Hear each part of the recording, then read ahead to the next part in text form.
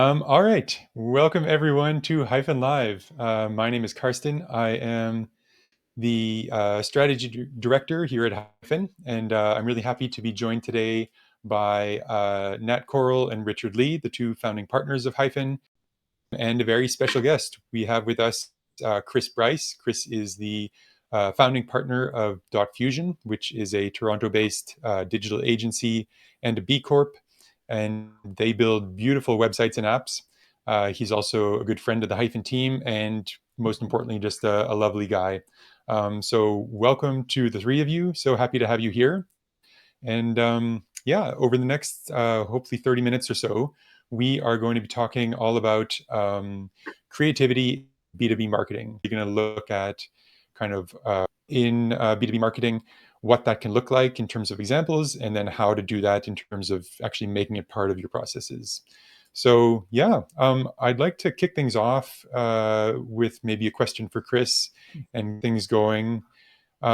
Chris, can you talk us through a little bit? Well, maybe first start with a bit of background on on Dotfusion, what you're all about, if you like.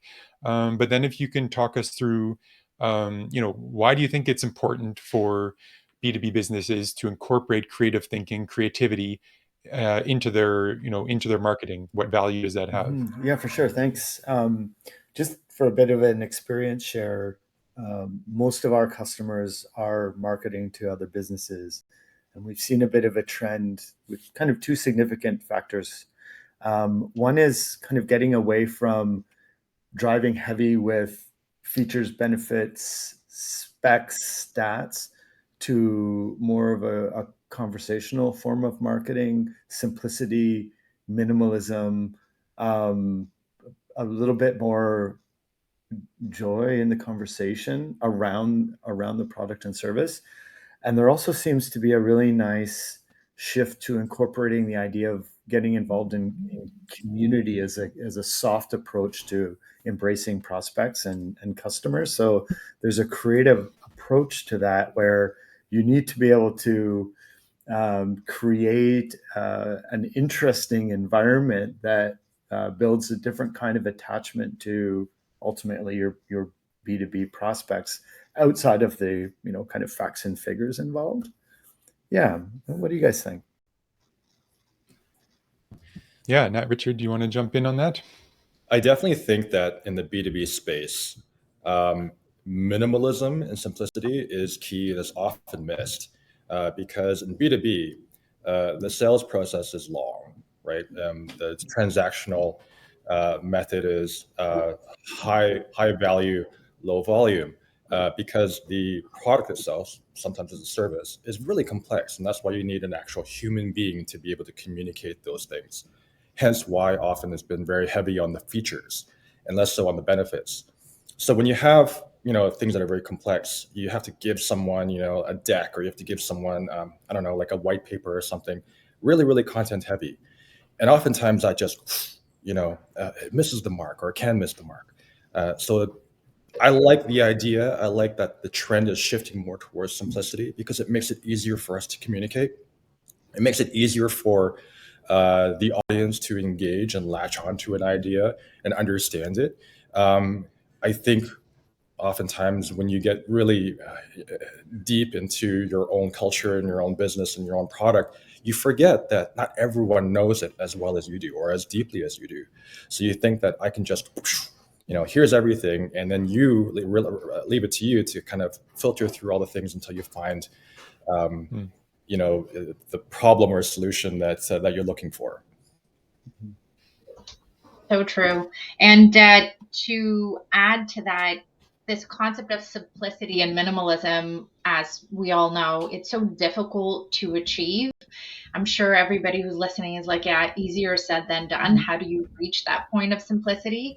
And what we have found is when you actually marry your messaging, your traditional creative in terms of your visuals, your overall prospect experience, whether it's digital or in person, when you marry that with your prospect's buying or purchasing journey and actually give them those little bits and pieces of communication and visuals and experience at a point where they need to and want to experience it. That's how you create overall a sense of like, oh, wow, I get it. This is great. This speaks to me. And this isn't as overwhelming as me going on a website and scrolling down and like seeing like 50 different features. And it will help me literally with everything, but at the same time, nothing in my life.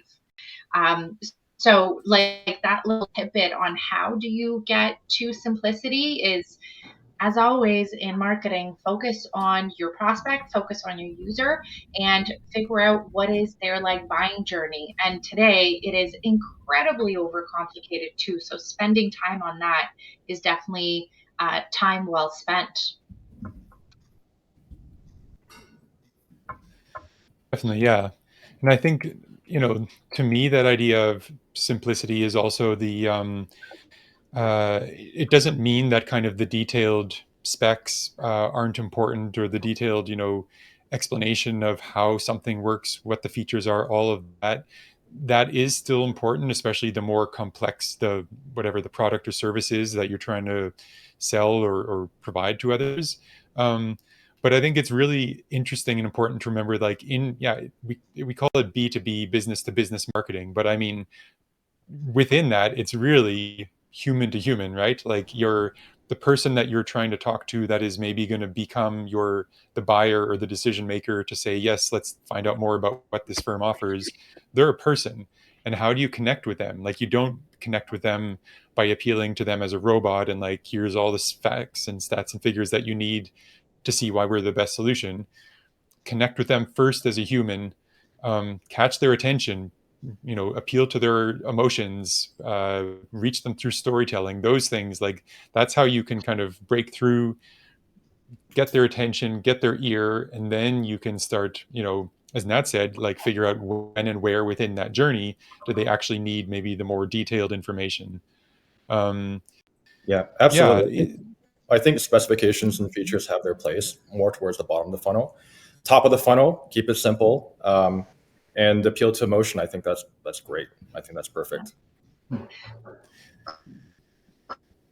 Chris, you shared a really great example with us last week for actually when you guys tried to reach a prospect of yours and how you approach like sending the proposal over to them. Do you want to share that with us and everybody else who's listening in on kind of this concept of how to be creative and how to stand out and break away from the norm in B2B? Yeah, absolutely. And I'm assuming the reason why most of the folks are watching because they're familiar with Hyphen's creativity, not just in the actual design and look of things, but the creative thinking. That's what was really probably appealing to me when we first met, is kind of not only do you make beautiful stuff, but you've got cool ideas for sure. Like, I think something that we found has been a kind of a thoughtful approach to B2B marketing, is changing the norm maybe, and there's many ways to go about that. But we work with many manufacturing customers. We build large websites and mobile apps and things like that. But we're also part of their idea team, and their overall marketing results are something that we kind of participate in the success or failure of. And just some ideas that we had when we're kind of, I guess, organizing trade show activities. Instead of making a night where everyone joins in for a bunch of drinks afterwards, we suggested, why don't we get all our customers out for more of a wellness walk of the city. Other ideas are a little bit more creative and technical. We started delivering some of our proposals on an iPad and making things kind of full of surprise and delight when you get a little bit more than you're expecting is I guess, a creative way to do better in B2B marketing. that's awesome. I love that Yes. idea of kind of, We could keep talking ideas all day. Sorry. no, I think that's such a great idea and a great, just unexpected thing that, let's take our clients and go for a wellness walk. I mean, that's I think taking that idea of, recognizing, okay, yeah, they're clients, they're buyers, they're decision makers, but they're also people. And let's go for a walk. And then when we're out for a walk, we just have a conversation like normal people. We get some nice fresh air while we're at it. It's such a it's such a just a natural way to do it, but it's also like you said, it's kind of disrupting that pattern, breaking away from the norm. I mean, if any company can invite you to like their cocktail reception, and then they're gonna tell you about how wonderful they are. But yeah, if you can stand out in a different way and just show that you're doing things a little bit different, already you're gonna get kind of catch some attention that way and have that chance to then share, okay, how what do you have to discuss and what do you have to offer. I like the idea of surprise that Chris mentioned. When we think of creativity, especially as marketers and people who consume marketing, I think everyone knows marketing or has a familiarity with it because we're bombarded with ads as B2C customers all the time. We're watching ads. We know what good ads are and what bad ads are. So when we think of marketing and creativity, we're always thinking from the ad perspective, right? But when we are here talking about creativity, it doesn't have to be that. It doesn't have to be something visual, as Chris said. It could be something a lot more human and a better connection. And creativity exists on a spectrum, right? So on one end of the spectrum, you have the status quo, the normal thing, the thing that you've been doing always and continually. And then the more you deviate from that thing that you're always doing, the more different you are and the more, I guess, creative it is, all the way to the opposite end of the spectrum, where something is completely new, something is completely out of this world. And that's the creative idea that we're all kind of imagining, like talking frogs and stuff, right, Mark? Thinking about like campaigns. But the idea is that you need to be somewhere between everything about creativity, somewhere between like normal and status quo and not changing anything to like talking frogs. But it needs to be rooted in something substantial. So you need to, the creative choices that you make, whether it's something or a big thing, needs to be rooted in an understanding of your customer, where they are on that journey. It can't just be talking frogs for the sake of talking frogs. It can't be very surface like that. It needs to be deeper, right? You need to be able to solve a problem for them, especially in the B2B space. It's beyond just having creative for the sake of recognition. You need to communicate something that as a value, as Chris said, just more, less so about features, more so about benefits, and helps them solve the problem. And then if you can utilize all these things, you understand your customer, you've gathered maybe a little bit of data, you can begin generating ideas and moving away from the thing that you've always been doing, and then therefore begin to innovate, design, think, as the big term is these days, and generate more creative ideas and different ideas that will hopefully result in surprise, delight, because that's what really captures the attention of your customer. And with respect to that, though, Richard, I mean, we could talk days about this. I'm sure the people who are listening in are just kind of saying like, oh yeah, this is great. Like creativity is the deviation from the normal. I now have a great idea. We're doing something different. How do I pitch it to my boss? Especially in like the super traditional B2B corporate environment, right? Where everything is templated. And I mean, this is what Chris, you deal with on a regular basis. We deal with on a regular basis. Like you are given a template. Here's our brand guide. Here's our brand voice.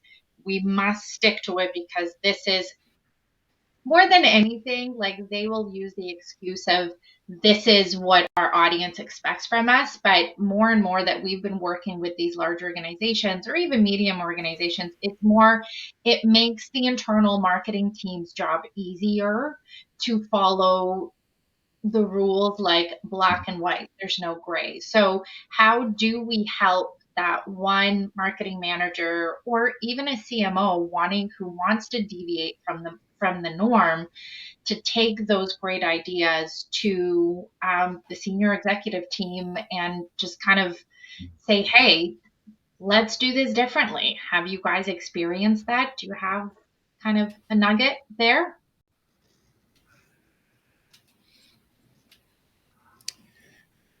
Cricket? I'm going to say that back. So the idea was, how do we kind of enable someone to kind of carry the concept of expanding creativity up the decision-making tree so creative ideas can actually become executional things. Yeah. I think it's really understanding kind of that whole chain and what matters to them, and connecting on. I keep coming back to this kind of human level because I love this idea of down to earth marketing, and just establishing trust and shared values as a good way of basically marketing and being a good human all at once. But I think going out of your way to equip them with, what something that we do at Dotfusion here is we'll build prototypes. So, if someone is really excited about an experience, but they need to take that up to a decision maker, we'll go out of our way to equip them with collateral or pieces of digital stuff that will help tell that story. I think that's pretty helpful. Yeah. I think, yeah, my sense is, in part, you just need to have kind of a forward-thinking, open-minded leadership team that recognizes, like, marketing. There's always going to be an element of experimentation, but like, if you're not willing to take some chances, if you're not willing to do something that's different than all of your competitors are doing, you're not going to get very far. Like, and of course, on the other side of that, as Nat mentioned and Richard mentioned earlier, it's like it's not just creativity for the sake of creativity.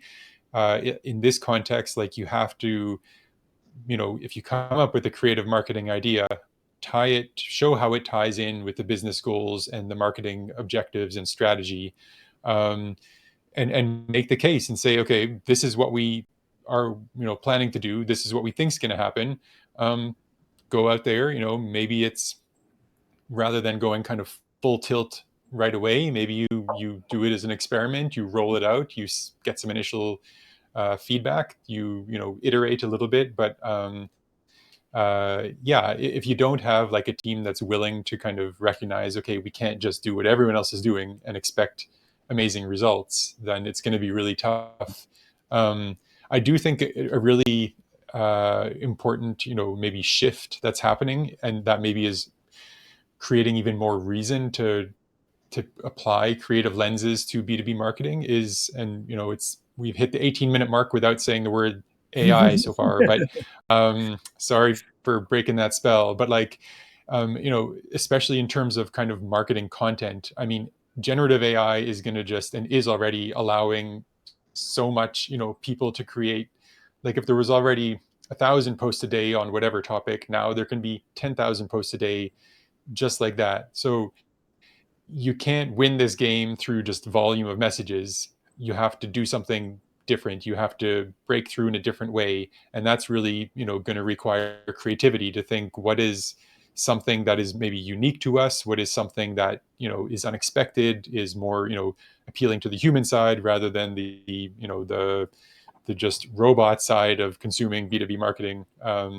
So yeah, I think that's, if you can convince a leader as well and say, like, look, we're going to be competing with computers that are churning out 100 messages a day saying similar things that we're saying. We need to find a new path to reach our audience, and that's going to take some creativity. For sure. And with that, Karsten, it's also, we talked about simplicity as and minimalism as a concept of creativity. We talked about delight and surprise, and I feel what you're adding, for me anyways, what you're talking about here is this concept of actually being useful and helpful for your audience as an element of creativity, which is where AI and technology come into play. Right now, we as marketers can work with the tech teams to be able to develop something, an app or a program or an experience that is very useful and helpful for our audience, which then in turn is creative in a way where it can be very simple for our audience. They might think it's very simple, the back end might not be, as well as a delightful experience, but all wrapped into this concept of it's helpful for me in my day-to-day work life and makes me think of this company as a result of that. We talked about this earlier, right? Like the Sherwin-Williams campaign, where they rolled out color matching based on your voice with AI plugin there, and they specifically rolled it out to the B2B market first, which was very unusual and different. And that's everything: simplicity, usefulness, and delight wrapped in one beautiful experience. Yeah, that was a very interesting campaign because it was a winner of last year's in terms of B2B marketing. And when I first saw it, I was like, wow, this is amazing, because I used to be in the sort of paint marketing space about 20 years ago. And I remember about 20 years ago, the marketing manager at that time of a large paint manufacturer came to me and said, what can we do to make it easier for our consumers to be able to choose paint, understand paint, and get the paint that they ultimately want, instead of them having to go into a store and just look at paint chips all day long? And then my reaction to him at that time was, nothing. It's impossible. We don't have the technology to do it. Fast forward 20 years, and now we're just talking at a computer with a Sherwin-Williams app, talking at a computer, and it spits back a smorgasbord of color options. It's amazing. You can do the thinking for me. And so over the span of 20 years, the thing that really is compelling about this campaign is that, yes, it's really cool as technology emerges, everything with on-trend things like AI, but it solves an innate problem that the industry has had for the longest time: is how do we get customers to think about paint in a way where it's not just white, black, red, yellow, but how can we get them to select the right paint color for them? They're not painters, they don't understand. So we need to do something to make it easier for them, and this solves that problem. And that's what good B2B marketing is, right? It makes that connection, it goes really deep, and it solves an issue that your audience is having.